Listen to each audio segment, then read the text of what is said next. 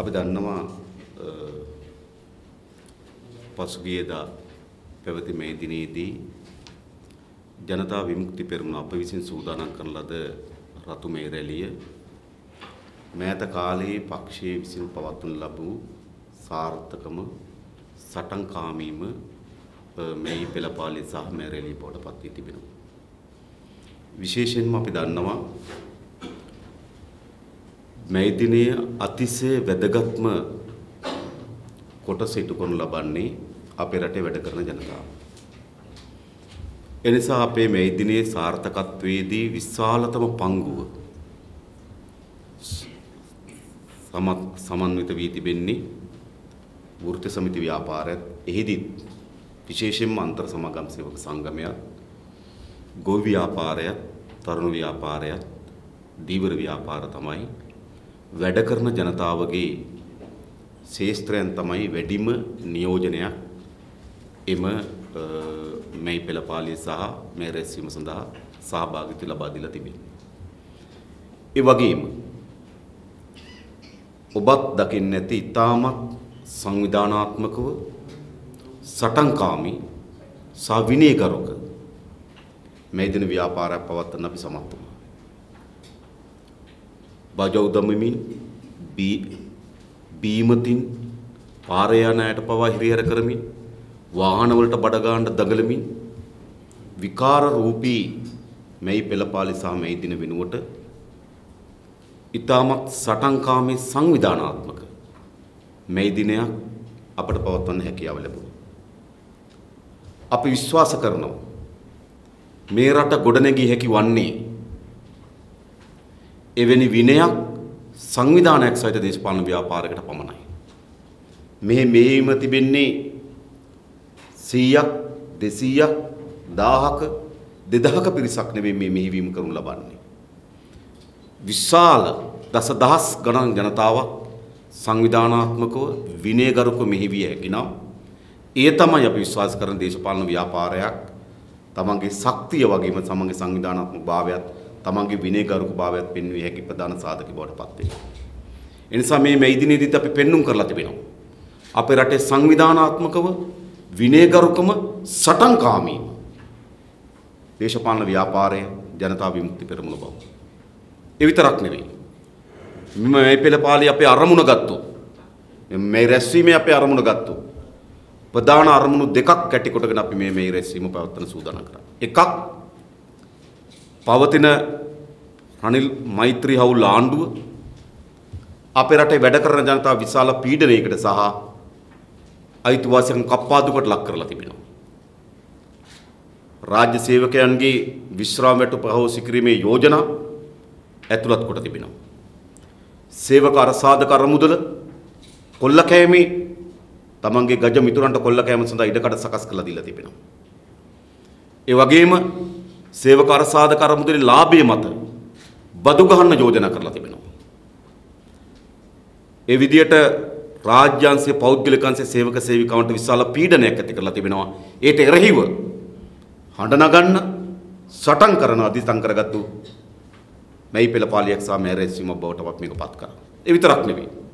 ගොවි ජනතාවගේ පෝරසාන ආධාරය කප්පාදු කරලා තිබෙනවා. තමන් විශාල මහා කන්න තුනකට ආසන්න ප්‍රමාණයක් විශාල නියගයකට මුහුණ ගිහිලා තිබියදී උන්ගේ ජීවන තත්ත්වය කඩාවැටීමට ලක් වී තිබෙනවා. එනිසා එම ජනතාවගේ ජීවත් වීමේ අයිතිය සඳහා සටන්කාමී ලෙස ගොවි ජනතාව අපේ මේ පෙළපාලියත් එක්ක සම්බන්ධ වී තිබුණා. ඒ විතරක් නෙවෙයි.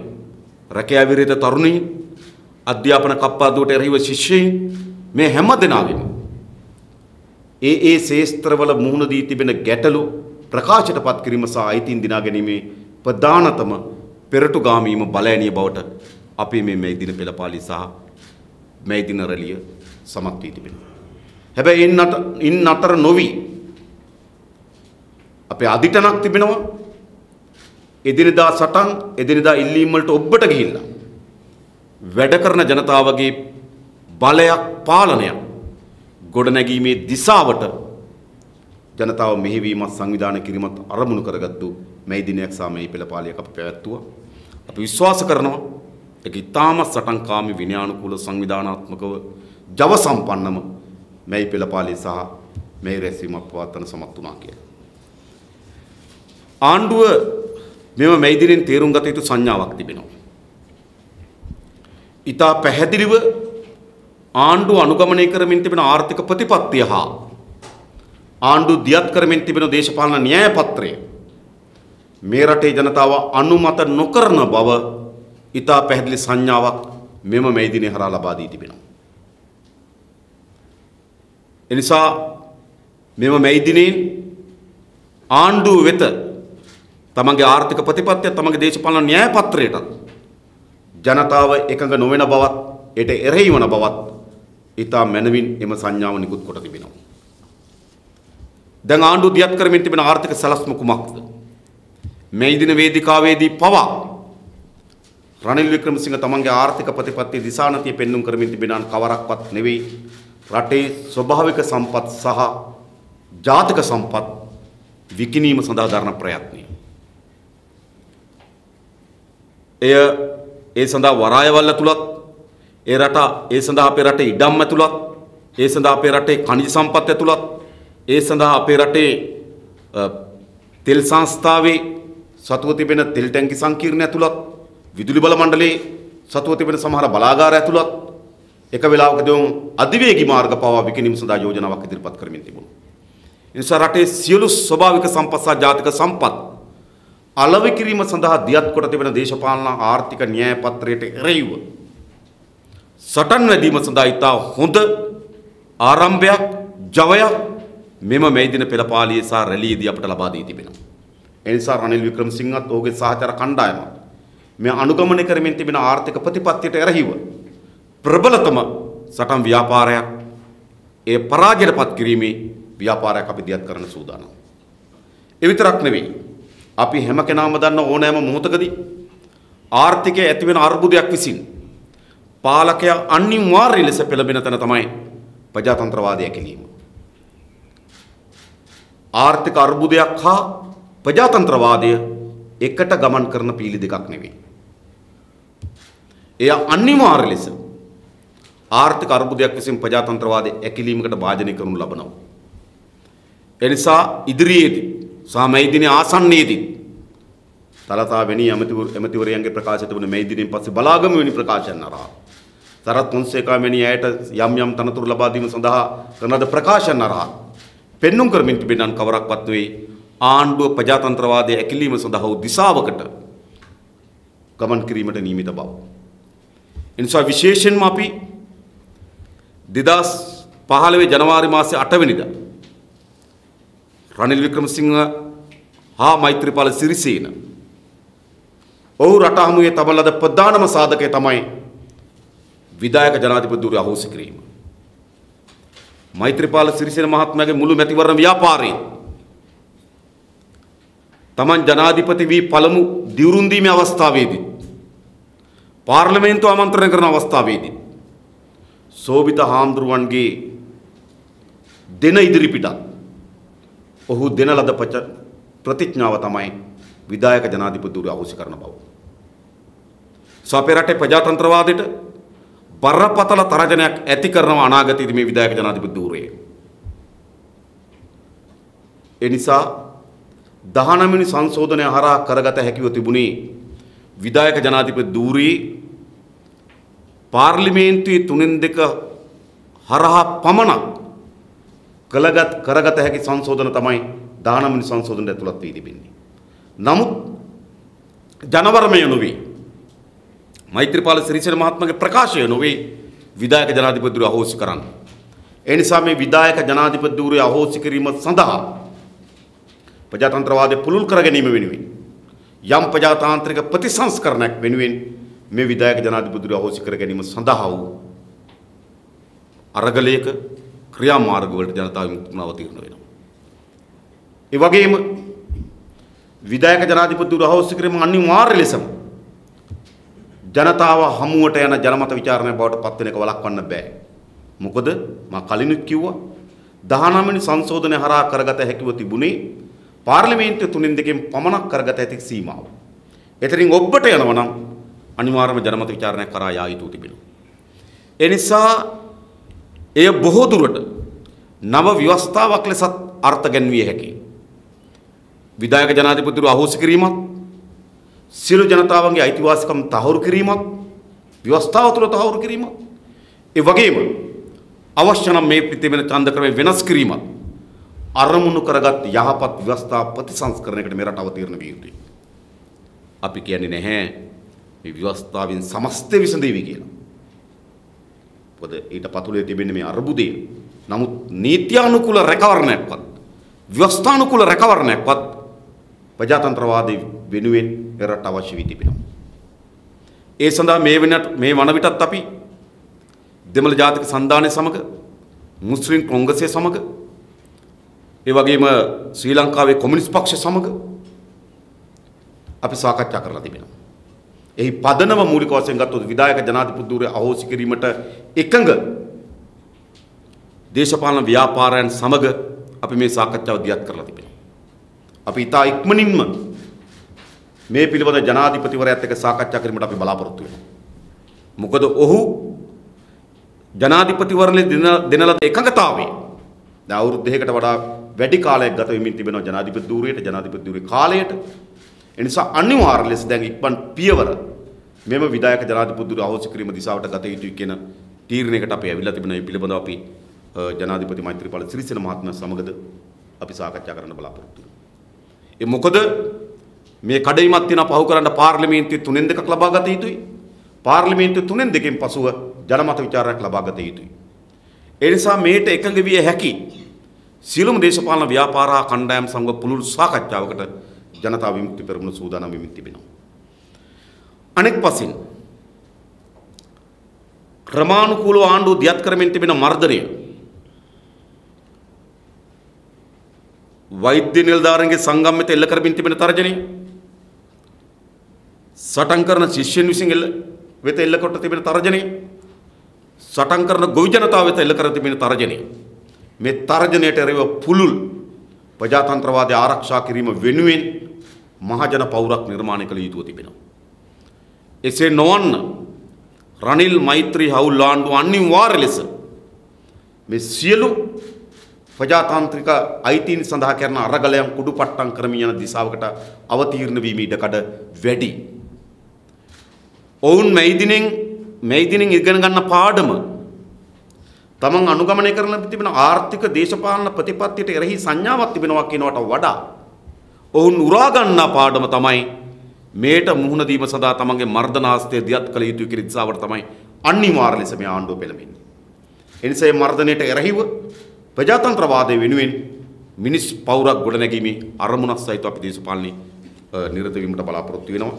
ඒ නිසා අපි විශේෂයෙන්ම ඔබට ඉදිරිපත් කරන්නේ මේ දිනෙන් පසුව රටේ මතුවී තිබෙන මේ දේශපාලනයේ නව දිශාවකට ගෙන යාම අරමුණු කරගත් දේශපාලනයකට අවතීර්ණ වීමට ජනතා විමුක්ති පෙරමුණ සූදානම් වී තිබෙනවා. මේ කරුණු කීපේ තමයි ඔබට ඉදිරිපත් කරන්න මම හිතනවා ඔබට අද වනදාට වඩා වැඩි ප්‍රශ්න තියෙන්න පුළුවන්. ඊට අවස්ථාව ලබා දෙමින් අපේ මූලික කරුණු දැක්වීම අවසන් කරනවා. මේ දින වේදිකාවේදී නිර්වාචන මන්ත්‍රීවරයා කිව්වා නරේන්ද්‍ර මෝදි සංකල්පයකට කලින් කල්පනා ඊට කලින් ප්‍රකාශ කළා. මම හිතන්නේ ඔහුගේ වාචාලකමට කියන ප්‍රකාශයන් පිළිබඳව අපි ඒ තරම් බරපතල සැලකිල්ලක් කරන්නේ නැහැ. මීට පෙර මට මතකයි Google වර්ජනය කරන්න කියලා ගියා. ඊට පස්සේ මැරෙනකන් උපවාස කරනවායි කියලා අවස්ථා දෙකක් මාරාන්තික උපවාසවල නිරත වුණා. ඒ නිසා විවිධ වර්ගයේ ඒ මොහොතේ තමන්ගේ ඔළුවට එන විකාර අදහස් කියන විකෘති චරිතයක් බවට අදපත් වෙලා තිබෙනවා. කෙසේ වුවත් මේ ඉන්දියාවේ ආර්ථික දේශපාලන ප්‍රතිපත්තිය පිළිබඳ අපේ ස්ථාවරයක් තිබෙනවා. ඉන්දියානු දේශපාලනයේ අධිපතිවාදී ව්‍යාප්තවාදී දේශපාලනයක් වුණට තිබෙනවා. ඉන්දියාව තමන්ගේ අසල්වැසි රාජ්‍යයන් විසින් දියත් කරලා තිබෙන විදේශ ප්‍රතිපත්තිය එය අධිපතිවාදී ව්‍යාප්තවාදී කේන්ද්‍ර කරගත්තු විදේශ ප්‍රතිපත්තිය. ඒ වගේම ඔවුන්ගේ ආර්ථික ප්‍රතිපත්තිය ආක්‍රමණශීලී අනේකා දැහැගෙනීම ඉලක්ක කරගත්තු ආර්ථික ප්‍රතිපත්තිය. ඒ නිසා අපිට ඉන්දියාවේ දේශපාලන සහ ආර්ථික ප්‍රතිපත්තීන් පිළිබඳව දිගින් දිගටම විවේචනයක් තිබුණා.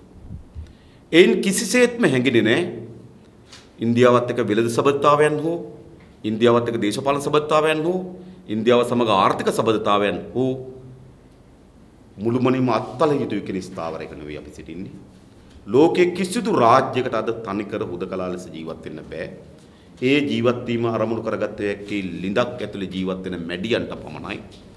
ලෝකයේ වෙළඳ පොලෙන් ගැට ගහිලා තිබෙනවා නම්, ලෝකයේ තාක්ෂණයෙන් ගැට ගහිලා තිබෙනවා නම්, ලෝකේ ගමනාගමනින් කිට්ටු වෙලා තිබෙනවා නම්, අනාගතයේ ලෝකේ තව තවත් කිට්ටු වෙමින් තිබෙන ලෝකයක්. ඒ ලෝකයේ කිසිදු රාජ්‍යයකට හුදකලා ලෙස ජීවත් වෙන්න බෑ කියන ස්ථාවරය අපි සිටිනවා. නිසා ලෝකේ සෑම රාජ්‍යයක් එක්කම ආර්ථික සබඳතා, වෙළඳ සබඳතා, විදේශ සබඳතා, භූගෝලීය සබඳතා අපි පිළිගන්න දේශපාලන ව්‍යාපාරය. නමුත් ඉන්දියාවේ මෙම ආක්‍රමණශීලී අධිපතිවාදී ව්‍යාප්තවාදී විදේශ ප්‍රතිපත්තිය ආක්‍රමණශීලී ආර්ථික ප්‍රතිපත්තියටත් අපි හැමදාම විරුද්ධව සටන් කරපු අය. හැබැයි මේ කෑ ගහන මාතෘ කවුද? මේ කෑ ගහන මාතෘ අවුරුදු 10ක් රට පාලනය කරා. ඒ 10 ඇතුළත ඉන්දියාවත් එක්ක තිබුණු සබඳතාවය මොනවද? ඕමන්ත ඉඳන් කංකසන්තුරට රේල් පාර කිලෝමීටර් 155යි. මැදවත් ඉඳන් තලෙමන්නරම් රේල් පාර කිලෝමීටර් 110යි. මේ උතුරු රේල් පාර ව්‍යාපෘතියම කිලෝමීටර් 265යි. මේ 265 ව්‍යාපෘතිය හදන්න දුම්රිය දෙපාර්තමේන්තුව ඇස්තමේන්තු කළ සැලසුම් හදුවා කිලෝමීටරයක් ඩොලර් ලක්ෂ 4 ගානේ හදන්න. හැබැයි රාජපක්ෂ මොකද කරේ? ඉන්දියාවට ගොස් එක සාකච්ඡාවකින් අනතුරුව මේ මුළු උතුරු රේල් පාර ව්‍යාපෘතියම ලබා දුන්නා ඉන්දියානු ඉර්කෝන් කියන සමාගමට කිලෝමීටරයක් ඩොලර් ලක්ෂ 22යි. දුම්රිය දෙපාර්තමේන්තුව කිලෝමීටරයක් ඩොලර් ලක්ෂ 4යි. ඒ විතරක් නෙවෙයි. අනුරාධපුර ඉඳන් කංකසන්තුරේ දක්වා දුම්රිය ස්ථාන සංඥා පද්ධතිය හයි කර ගැනීම කොන්ත්‍රාත් එක දුන්නා. ඩොලර් මිලියන 84යි. ඒ කියන්නේ ඩොලර් ලක්ෂ 840යි. එම දුම්රිය ස්ථාන 27 සංඥා පද්ධතිය හයි කරන්න ඒක දුන්නෙත් ඉන්දියානු ඉර්කෝන් කියන සමාගමට. ඒ විතරක් නෙවෙයි මාතරේ ඉඳන් කොළඹ දක්වා දකුණු මුහුදුබඩ මාර්ගයේ සංවර්ධනයේ අධිවේගී කිරීම සඳහා කොන්ත්‍රාත් එක දුන්නා. මේ කිසිවක් දුන්නේ ටෙන්ඩර් කැඳවීමකින් තොරව. ඒ කොන්ත්‍රාත් එක ලබා දුන්නේ කාටද? ඩොලර් මිලියන 150කට ඉන්දියානු රයිට්ස් කියන සමාගමට. ඒ විතරක් නෙවෙයි. දොරයප්පා ක්‍රීඩාංගණයේ අලුත් වැඩියා කිරීමේ කොන්ත්‍රාත් එක දුන්නේ ඉන්දියානු සමාගමකට ටෙන්ඩර් කැඳවීමකින් තොරව. පලාලි ගුවන්තොටුපළ අලුත් වැඩියා කිරීමේ කොන්ත්‍රාත් එක දුන්නේ ටෙන්ඩර් කැඳවීමකින් තොරව ඉන්දියානු සමාගමකට. කල්පිටිය දූපත් දෙකක් 14ක් විකුණන සැලසුම් කරා. ආණ්ඩු තින කාලේ දෙකක් වික්කා. ඒ දෙකෙන් එකක් දුන්නේ ඉන්දියානු සමාගමට. නිලාවැලි මුහුදු තීරයේ මනරම්ම අපේ රටේ වෙරළ තීරයේ අක්කර 4ක් දුන්නා ඉන්දියානු සමාගමට හෝටල් පද්ධතියක් ඉදිරි කරන්න. කොම්පඤ්ඤ වීදී ජනතාව පදිංචි වෙලා හිටපු ඉඩම්වලින් ඒ ජනතාව පළවා හැරලා නිවාස සංකීර්ණයක් ගොඩනගන්න දුන්නා ඉන්දියානු ටාටා සමාගමට. කොටුව මැද තියෙන ඉතාමත් වටිනා ඉඩම අක්කර 4ක් අර බැස් නාමල්ගේ මුදල් ගනුදෙනු කියන ඉඩම අක්කර 4ක් දුන්නා ක්‍රිස් කියන ඉන්දියානු සමාගමට හෝටල් ව්‍යාපෘතියක් ආරම්භ කරන්න. ඒ විතරක් නෙවෙයි. ඔබ දන්නවා සාම්පූර් වල බලාගාරයක් හදන්න දුන්නා ඉන්දියානු සමාගමට. සාම්පූර් වල ආර්ථික කලාපයක් ගොඩනැගුවා. ඒ සාම්පූර් වල ආර්ථික කලාපය වර්ග කිලෝමීටර් 678යි ඉන්දියානු ආර්ථික කලාපය වර්ග කිලෝමීටර් 678යි. ඒ කියන්නේ ආසන්න වශයෙන් ගත්තොත් අක්කර 1,67,500ක් ඉන්දියානු ආර්ථික කලාපයට යෝජනා කරා. ලබා දුන්නා. රාජපක්ෂ ගැසට් එකක් ගෙවුවා. ඒ පළාත් වල පදිංචි වෙලා හිටපු දෙමළ ජනතාව ත්‍රිකුණාමල අවතන් කඳවුරු වල හිටියේ. ඒ සාම්පූර් වල මිනිස්සුන්ට අප යන්න දුන්නේ නේ. යන්න දුන්නේ නැතුව එතන අක්කර 1,67,500ක් ඉන්දියානු ආර්ථික කලාපයක් වෙන රාජපක්ෂ වෙන් කරා. ඒ විතරක් නෙවෙයි. අපේ රටේ මන්නාරම් ද්‍රෝණියේ තෙල් තියෙනවා. ඒ තෙල් බිම් කොටස් 7කට කැඩුවා. තෙල් බිම කොටස් 7කට කඩලා. කිසිදු ටෙන්ඩර් කැඳවීමකින් තොරව එයින් එක කොටසක් දුන්නා ඉන්දියානු කායින් කියන සමාගමට. බැසිල් රාජපක්ෂ ක්‍රමෝපායක සංවර්ධන පනත යටතේ පාර්ලිමේන්තුවට යෝජනාවක් ගෙනලා සියලු බදු වලින් ඉන්දියානු කායින් සමාගම නිදහස් කරා. ඒ විතරක් නෙවෙයි. මේ වීරවංශ කියන മന്ത്രിවරයා මේ ජනසේවන ජාතික නිවාස සංවර්ධන ව්‍යාපෘතිය කොළඹ 5 බේස්ලයින් පාර ඉදිකිරීමට යෝජිත මිහිඳුපුර නිවාස ව්‍යාපෘතිය කාට දුන්නේ? කිසිදු ටෙන්ඩර් කැඳවීමකින් තොරව CDC ඉන්ඩස්ට්‍රියල් කියන මා ගත්ත එක වෙබ් එකෙන් මේ ඔගේ කැබිනට් පේපරේ කැබිනට් පත්‍රක මේ වීරවංශ අත්සන් කරලා තිබෙන්නේ. කාට දුන්නේ මේ නිවාස සංකීර්ණය? මේ නිවාස සංකීර්ණය දුන්නේ ආන්ධ්‍ර ප්‍රදේශ වල තියෙන කම්පැනි එකට. ඒ විතරක් නෙමෙයි මේ වීරවංශ මේක මොකද දුන්නේ? යෝජිත හෝමාගම මවුන්ට් ක්ලිෆර්ඩ් වත්ත නිවාස ව්‍යාපෘතිය කාටද දුන්නේ? මේ නිවාස සංවර්ධන අමාත්‍යාංශ කැසට් මේ වීරවංශගේ අස්සන මේ තියෙන ඔහුගේ කැබිනට් පත්‍රිකාව මොකද්ද කියන්නේ ඔහු? නිර්මාණය කර ඉදිකිරීමේ කොන්ත්‍රාත්තුව ඉන්දියානු සමාගමක් වන ජේන් ඉන්ද්‍රා ප්‍රොජෙක්ට්ස් සමාගම වෙත ටෙන්ඩර් කැඳවීමකින් තොරව ලබා දීමට කැබිනට් පත්‍රිකාවක් ඉදිරිපත් කරනවා. ඒක කාටද මේ උතුම්නේ? මේ ඉන්දියානු සමාගම් වල. ඒ විතරක් නෙවෙයි දැන් හනුමා පාලම ගැන කතා කරනවා. මේ හනුමා පාලම මොකද? මේ තියන්නේ 2011 ජනවාරි මාසයේ වීරවංශ මන්ත්‍රීවරයා විසින් අමාත්‍යවරයා හැටියට පාර්ලිමේන්තුවට ඉදිරිපත් කරපු වාර්තාව. ඒ වාර්තාව මොකද පෙන්වුම් කරන්නේ? ඒ වාර්තාවේ තමයි මොහු හනුමා පාලම යෝජනා කරන්නේ. මේ ඔහු යෝජනා කරන පාලම. මොකද ඔහු කියන්නේ? යෝජිත ආසියානු මහමාර්ගය හා අන්තර් ආසියානු දුම්රිය මාර්ග ජාලය මගින් දකුණු ආසියාතික රටවල් සමග ශ්‍රී ලංකාව සම්බන්ධ කිරීම මගින් ශ්‍රී ලංකාව දකුණු ආසියානු රටවල් හා ඉන්දියාව සමග පවතින වෙළඳ හා හුවමාරු පැහැදිලි ලෙසම වර්ධනය වීම. පළවෙනි එක හැටියට යා යෝජනා කරනවා තනි පාරක් අවුරුදු කිහිපයක් ගිහිල්ලා ඒක ද්විත්ව පාරක් බවට පත් කරනවා කියලා මේ යෝජනා කරනවා. එතන මේ වීරවංශනේ මේ ඉදිරිපත් කරා. මේ ඔහු ගාපු ඒ සඳහා ඉදිරිපත් කරන්න ගැසට් කරන්න කරපු ගැසට් පත්‍රිකාව. නිසා මොකද්ද මේ මහතුරු කියන්නේ? අපේ රටේ සියලු සම්පත් සාර්ථකේ බලගතුම තැන් ඉන්දියාවට ඕන විදිහට කටයුතු කරපු සුරතුලුන් මේගොල්ලෝ. දේපල සම්පත් විතරක් නෙවෙයි ඔය මහතුරුන්ගේ දරුවෝ පවා දුන්නේ ඉන්දියාවට. බැසි රාජපක්ෂ දරුවෝ බැන්දේ කවුද? අපිට පෞද්ගලික ප්‍රශ්න දාලා නෑ. මම මේ මහතුරු ගැන කියන්නේ. හොයලා බලන්න කොහෙන්ද මේගොල්ලෝ කසාද බැන්දෙත් කියලා. ඒම මහතුරු ඇවිල්ලා දැන් මේ කළු කොඩියේ සීමක් ගැන කතා කරනවා. මේ තරම් ව්‍යංගයක් මේ තරම් දේශපාලන තක්කඩිකමක් තියෙනවා කියලා විශ්වාස කරන්නේ. ඉන්න තාක්කල් ඉන්දියාවට ඕන පරිදි අපේ ආර්ථිකය දේශපාලන හසුරුවල මම අභියෝග කරන්න පුළුවන් නම් වීරවංශගේ ප්‍රකාශ මහින්ද රාජපක්ෂ කියන්නේ. පුළුවන් නම් බැසි රාජපක්ෂ කියන්නේ. ඕකට මහින්ද රාජපක්ෂ රෝක් කියන්න බෑ. බැසි රාජපක්ෂ රෝක් කියන්න බෑ. අපි අභියෝග කරන්න පුළුවන් නම් බැසි රාජපක්ෂ සූදානම් කරන රැස්වීමේ වේදිකාවේ සිට විමල් වීරවංශ කරන ප්‍රකාශය මහින්ද රාජපක්ෂ අනුමත කරනවද? බැසි රාජපක්ෂ අනුමත කරනවද? බෑ. ඒගොල්ලෝ වඩාත් වැඩියෙන් ඉන්දියාවත් එක්ක සමීප අපේ රටේ ආර්ථිකය විකුණපු කණ්ඩායම්. ඒ නිසා මේ ව්‍යංගයේ හොර තක්කඩින්ට මේ රටේ මේ දේශප්‍රේමයේ කුණු කොල්ලට තවර ගන්න ඉඩ ලබා දිය යුතු නෑ. ඒ නිසා ඔහුගේ මුළු ප්‍රකාශයම ව්‍යාජයක්. අපිට තිබෙනවා. අපි තමයි සාම්පූර් බලාගාරයට විරුද්ධ නඩුව දෙන්නේ. අපි තමයි සාම්පූර් වල ඉඩම් දෙනවට විරුද්ධව දේශන තියමින් උද්ඝෝෂණය කරේ. අපේ පැත්තේ තමයි දුම්රිය ඉර්කෝන් සමාගමට ඉර්කෝන් සමග රේල් පාර දීමට විරුද්ධව කෑ ගැහුවේ. අපි තමයි කායින් සමාගමට මම මහින්ද රාජපක්ෂ ලිපියක් කරියා කායින් සමාගමට ගිවිසුම අත්සන් කරන්න කලින්. මොකද අඩුම තරමේ ගිවිසුම අත්සන් කරන්න කලින් පාර්ලිමේන්තුවට ඉදිරිපත් කරන්න කිව්වා. මේ අපේ රටේ සම්පත් තෙල් සම්පත මන්නම් ද්‍රෝණීය තෙල් සම්පතේ භූමිය කොටස් 7කට කඩලා 7න් එක කොටසක් ඉන්දියානු කායින් සමාගමට දෙනවා බැසි මහින්ද රාජපක්ෂට අපි ලිඛිතව දැනුම් දුන්නා මේක දෙන්න එපා කියලා. අඩුම තරමේ පාර්ලිමේන්තුව සාකච්ඡා කරන්න කියලා. ඒ කිසිවක් කරේ නැතුව රාජපක්ෂ $1 මිලියනකට මේක අත්සන් කරලා ලබා දුන්නා. චෙක් එකක් දුන්නා $1 මිලියනයි. කොච්චරයි? දෙහිම විකුණු මහත්තු. එතකොට ඉන්දියාවත් එක්ක සයනේ ඉතා හොඳින් සැතපුණු මහත්තු. හද ඇවිල්ලා කළු කොඩි ගහන. ඒ නිසා මේ රටේ ජනතාව කළු කොඩි ගහන්න ඕන තැනක් තියෙනවා. අපි විශ්වාස කරන මේ රටේ ජනතාව කවදාද කළු කොඩි උස්සන්න ඕන එතන කියලා. ඒ වෙනුවෙන් තමයි මේ අරගලේ දියත් කරන්න ඕනකම තිබෙන්නේ. මේ වෛද්‍ය දුන්නා කරන්නේ පස්සේ කටේ රෝජන කරුවේ සුඛීතට සම්බන්ධ එම සටනට අපි එකඟයි. සයිටම් තක්කඩි රෝපාදි කඩය අහුසි කළ යුතුයි.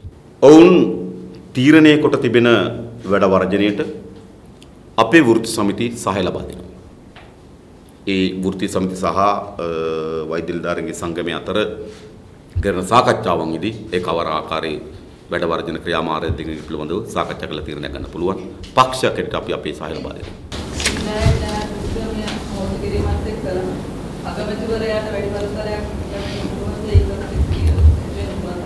විධායක ජනාධිපති ධූරයේ බලතල වලට ප්‍රධානම අවිය ලැබෙන්නේ විධායක ජනාධිපති ධූරය වෙනම තෝරාපත් කර ගැනීම. ඒ කියන්නේ ජනාධිපති වර්ණයක් කරහා තෝරාපත් කර ගැනීම. එතකොට ඔහුට ව්‍යවස්ථාවෙන් ලැබෙන අයිතියට වඩා ශක්තිමත් ජනවරමක් ඔහුට තිබෙනවා.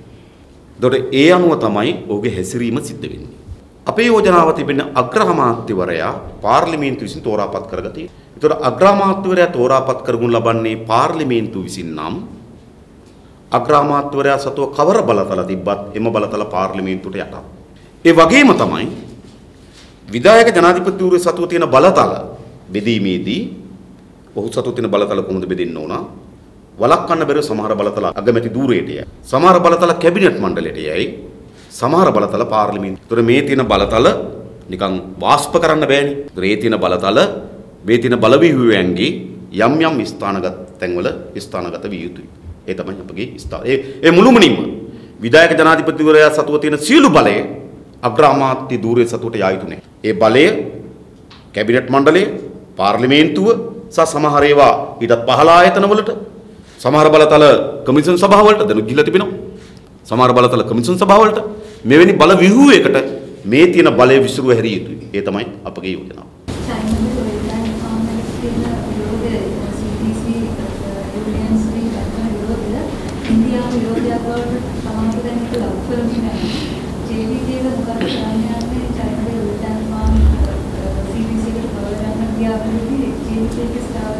විශේෂයෙන්ම තෙල් සංස්ථාවේ අපේ වෘත්තීය සමිති සක්‍රීයව එම ක්‍රියාමාර්ගයට සහභාගී වී තිබෙනවා. දේශපාලන ව්‍යාපාරයක් හැටියට මම හිතන්නේ අවුරුදු වලට කලින් තෙල් ටැංකි අලෙවිකරණය පිළිබඳව අපි අපේ ස්ථාවරයේ පැහැදිලි කරලා තිබුණා. ඒ නිසා මේ ලබා ගන්න ඉන්දියාවද චීනෙද එක්සත් ජනපදයේද කියන සාධක නෙමෙයි අපි සැලකිල්ලක් කරන්නේ. අපි සැලකිල්ලක් කරන්නේ මෙම තෙල් ටැංකි සංකීර්ණයේ 1930 දී ආරම්භ කරන ලද මෙට්‍රික් ටන් ලක්ෂ 10ක් ගබඩා කරන්න පුළුවන්. කියන මාස 3කට ආසන්න ප්‍රමාණයක තෙල් ගබඩා කරලා තියන්න පුළුවන්. ඉතාමත් වැදගත් සම්පතක්. ඒ සම්පත සංවර්ධනය කිරීම තෙල් සංස්ථාව යටතට පැවරිය යුතු කියන ස්ථාවරය තමයි අපි සිටින්නේ. ඒ කිසිසේත්ම එහි අයිතු ලාභ ලබා ගැනීම සඳහා කිසිදු සමාගමකට පැවරීමට අපි එකග නැහැ.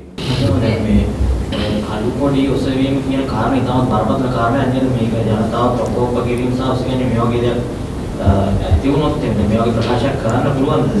වෙන්නේ නැහැ, මුකුත් බය වෙන්න එපා. ඒ නිසා ඔය වගේ ඒ වෙලාවට ඔළුවට එන මනස්ගත දොඩවන කෙනෙක්ගේ දේවල් ජනතාව බාර ගන්නවද? නිසා මම හිතන්නේ ඉතින් මම කියනවා පුළුවන් අය ගෙදර කොඩියක් ඔස්සන්න කියලා. ඕගොල්ලෝ දරගිලා ෆොටෝ එකක් ගන්න බලන්න. දැන් දාහිතන්නේ. ටෙක්නොලොජි දැන් 96ක් තියෙනවා. නමුත් මේකේ පෞද්ගලික මේ දක්වා පාවිච්චි කරලා තියෙන්නේ දැන් කී මානවසමගේ ප්‍රමාණයක් ඉතුරු ටික පාවිච්චි කරලාම නෙමෙයි දියාපත් කියන්නේ. කැලෑ වෙහිලා තියෙන්නේ මේවා ප්‍රයෝජනෙට ගන්න පුළුවන්කම තියෙන මේකෙන් බදු උපයන්න පුළුවන්කම තියෙනවා. ඒ තියෙද්දි ඒකට විරුද්ධ වෙනවා කියන අදහසක් ආන්දෝලනයේ පළමු කොටම මෙම තෙල් ටැංකි සංකීර්ණය 2003 වසරේදී මෙතන තිබුණා තෙල් ටැංකි 102ක් තිබුණා. දෙකක් LTT සංවිධානයේ යුද වකවානු විනාශයටපත් වුණා. තව එක ටැංකියක් දි รา පත් වී තිබෙනවා. තෙල් ටැංකි 99ක් තිබෙනවා. මේ 99 තමයි 2003 වසරේදී IOC එකට ලබා දෙන්න අවබෝධතා ගිවිසුමක් අත්සන් කරා. ඒක කිසිසේත්ම බදු ගිවිසුමක් නෙමෙයි.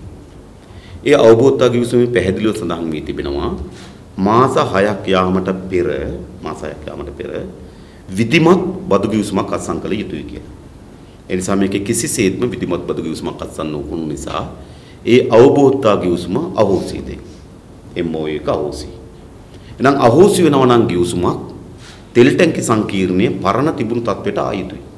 පරණ තිබුණු තෙල් සංස්ථාව සතුව නම් තෙල් සංස්ථාවට එන්න ඕන ගිවිසුමක් නැහැ. එතකොට මේකේ තියෙනවා එකක් යටි කොටස අනිත් එක උඩ කොටස තියෙනවා. එතකොට යටි කොටසේ තියෙන තෙල් ටැංකි 16ක් තමයි දැනට මේගොල්ලෝ මේ පාවිච්චි කරන්නේ IOC එක. ඊටු ඔක්කොම දි รา පත් වෙමින් තිබෙනවා.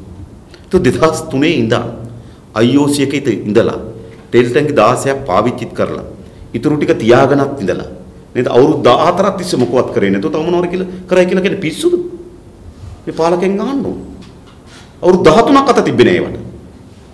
ඒතකොට නැවත මේ විනාශය දැකලා තෙල් සංස්ථාව මේකට මැදිහත් වෙන්න යනකොට තමයි IOC එකට ආයෙ කැක්කුම හැදින්නේ.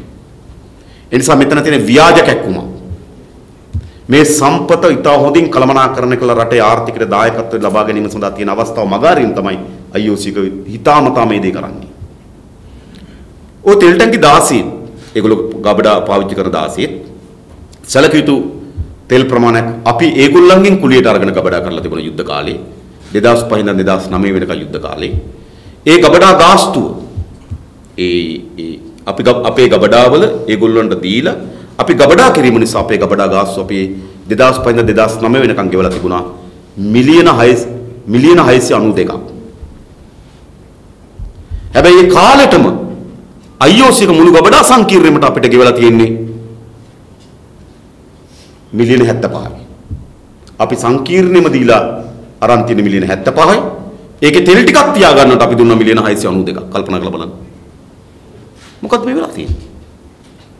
ඒ නිසා ඔය තෙල් ටැංකි මෙහිම ගිහිල්ලා බලලා ඔය දේශපාලකයලා මම දැක්කා දීරලාද නැද්ද කියලා ඔක ගැන කියනවා. වැදගත්කම තියෙන්නේ තෙල් ගබඩා සංකීර්ණයක ඒ ගබඩාවේ තෙල් ගබඩා කිරීම සඳහා ජාත්‍යන්තර ප්‍රමිතීන් තිබෙනවා. ඒ ජාත්‍යන්තර ප්‍රමිතීන් පිළිබඳ අවබෝධයක් තියෙන ලංකාවේ 4 දෙනෙක් ඉන්නේ. ලංකාවේ ඒගොල්ලෝ ඔය මැද පෙරදිග තෙල් ගබඩා කලාපේ වැඩ කරපු 4 දෙනෙක් ඉන්නවා. ඉතින් 4 දෙනාගෙන් එක්කෙනෙක් සමන්විත කමිටුවකින් තමයි තෙල් සංස්ථාවට වාර්තාවක් ලබා දුන්නේ. ඒ වාර්තාවේ පැහැදිලිව සඳහන් වී තිබෙනවා ප්‍රතිසංස්කරණයකින් තොරව උපයෝග කරගත ගබඩා සංඛ්‍යාව යම් ප්‍රතිසංස්කරණයක් කරා උපයෝග කරගත ගබඩා සංඛ්‍යාව දුෂ්කර ගබඩා සංඛ්‍යාව කියලා ඉතා පැහැදිලි වාර්තාවක් ලබා දීලා තියෙනවා. මේ රාජිත තව තැනක් කියන එක රාජිතගෙන් අපි කිව්වොත් මේ දත දි รา පත් වෙලා තියෙනවා ගලවන්නද හොඳ පුරවන්නද හොඳ කියලා කිව්වොත් රාජිතට ඒකට උත්තර දෙන්න පුළුවන්. හැබැයි රාජිතට උත්තර දෙන්න බෑ. මේ තෙල් ටැංකි සංකීර්ණ සුදුසුද නැද්ද කියලා කියන්නේ. ඒකට ඒ පිළිබඳ විශේෂඥයින් ඉන්නේ. ඒක අපිට කාර්යය නෙවෙයි. හැබැයි විශේෂඥයින් ලබා දීපු වාර්තාව ඉතා පැහැදිලිව සඳහන් කොට තිබෙනවා මේ ගබඩා සංකීර්ණ උපයෝග කරගත හැකියි කියලා. එතනින් එහා මම හිතන්නේ අපි කවුරුත් පුළුවන් ද බැරිද කියලා තරකයක්. මොකද තෙල් ගබඩා කිරීම කියන එක ඉතාමත් විද්‍යාත්මක ලෝකේ පිළිගත් ප්‍රමිතීන් අනුව කළ යුතු දෙයක්. ඒ ප්‍රමිතීන් අනුවට කළ හැකි කියලා ඒ ප්‍රමිතීන් පිළිබඳව අධ්‍යයනය කළ තිබෙන විශේෂඥයින් කණ්ඩායමක් ඉදිරිපත් කළ තිබෙන වාර්තාව. අපි පිළිගත යුතුයි මම හිතනවා මේ විශේෂඥ කණ්ඩායම ඉදිරිපත් කරපු වාර්තාව. ඒ නිසා මේක පිළිසකර කර හැකියි.